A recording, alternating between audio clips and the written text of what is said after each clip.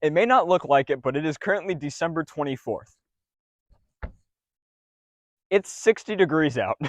So naturally, since it's the Christmas season, I'm with my grandparents enjoying their company. But me being the Pixar fanatic that I am, realized that there's no Pixar movie to watch that revolves around Christmas. And that made me kind of sad. So it got me thinking, how could Pixar successfully create a Christmas movie without it being just terrible?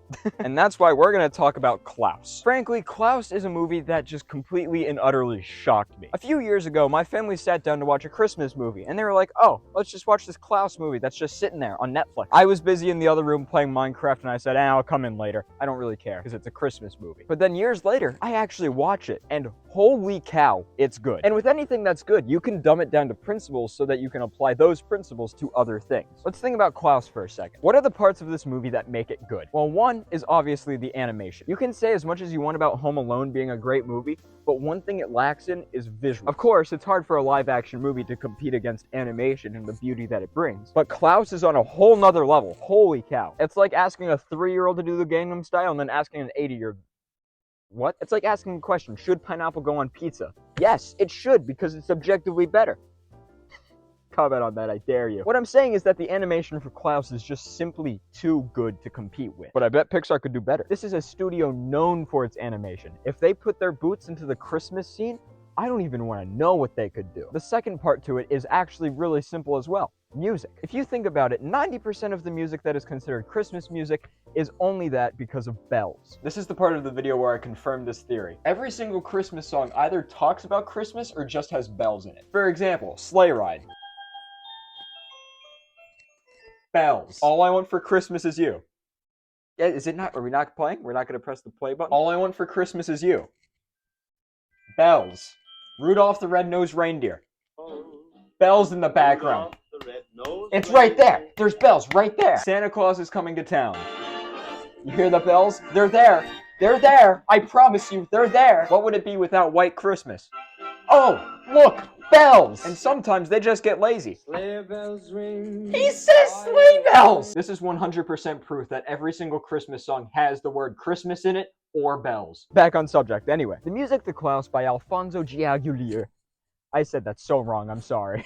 But there's two interesting things about Klaus's music. One, it just sounds good, and two, it is related to Christmas because of the bells. So the soundtrack is a pretty simple part, and you can take that to extremes. You give someone like Michael Giacchino access to bells, and holy cow, I guarantee you got some bops going on there. Point two can be summarized as the bell theory. And if you want in a simple sentence, here it is. If a song has bells, then it is probably a Christmas song. Yes, there are exceptions, but for the sake of this video, shut up. If I haven't said it enough, I don't know why bells indicate Christmas music. That's just because it does. But this implication there makes it feel like Christmas.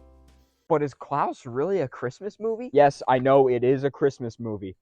But for the sake of argument, what if it's not? One thing you may have noticed if you watch Klaus is that it doesn't mention Christmas. And I guess that makes sense, because why would they? They have a guy named Klaus, they have the idea of giving presents, everything's snowy, there's Christmas trees. What more could you ask for? That's like textbook Christmas. But they don't say it's Christmas. And that's what makes the movie good. Hear me out, hear me out. What qualities do you associate with Christmas? The big ideas would be giving, selflessness, and then heck, I bet you could even throw in love around there, because that's the season where everyone loves each other, I guess. So these are the principles that Christmas is built on: giving, selflessness, and love. Klaus is a movie about giving. It's a movie about selflessness, and it's a movie about love. Wait a minute. So what you're saying is that this movie being set in Christmas is showing the themes of the movie just through setting. Yeah, that's what I'm saying. Since this movie takes place during Christmas time, the themes that are shown in the story of the movie are reflected by the setting. I know that's really complex, but let me simple it down into just a single sentence that follows the bell theory. If a movie relates to Christmas, then it has themes of giving, selflessness, and love. And that's what makes Klaus good. It counts on the themes of Christmas and not Christmas itself. It takes the ideas that revolve around Christmas and then makes it into a movie. And that's cool.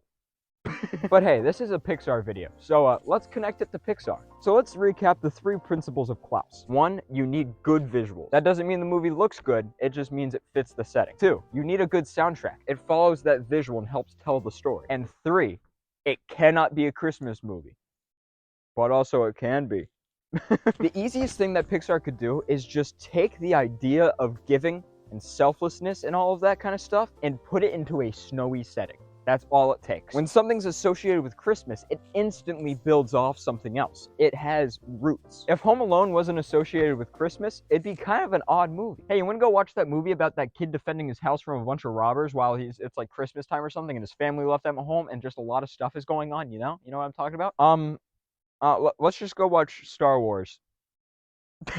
So I know I'm kind of yabbering on a little bit, but the way that Pixar could make a good Christmas movie is just by following all these steps and making sure that it's not explicitly a Christmas movie. If they just get the setting right and they get a simple story that covers those themes, boom, you got a good movie. You have made it to the end of the video.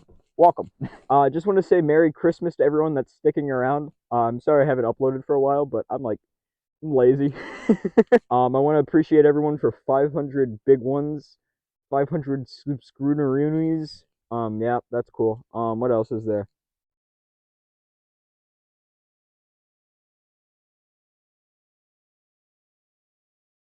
That's it. Bye.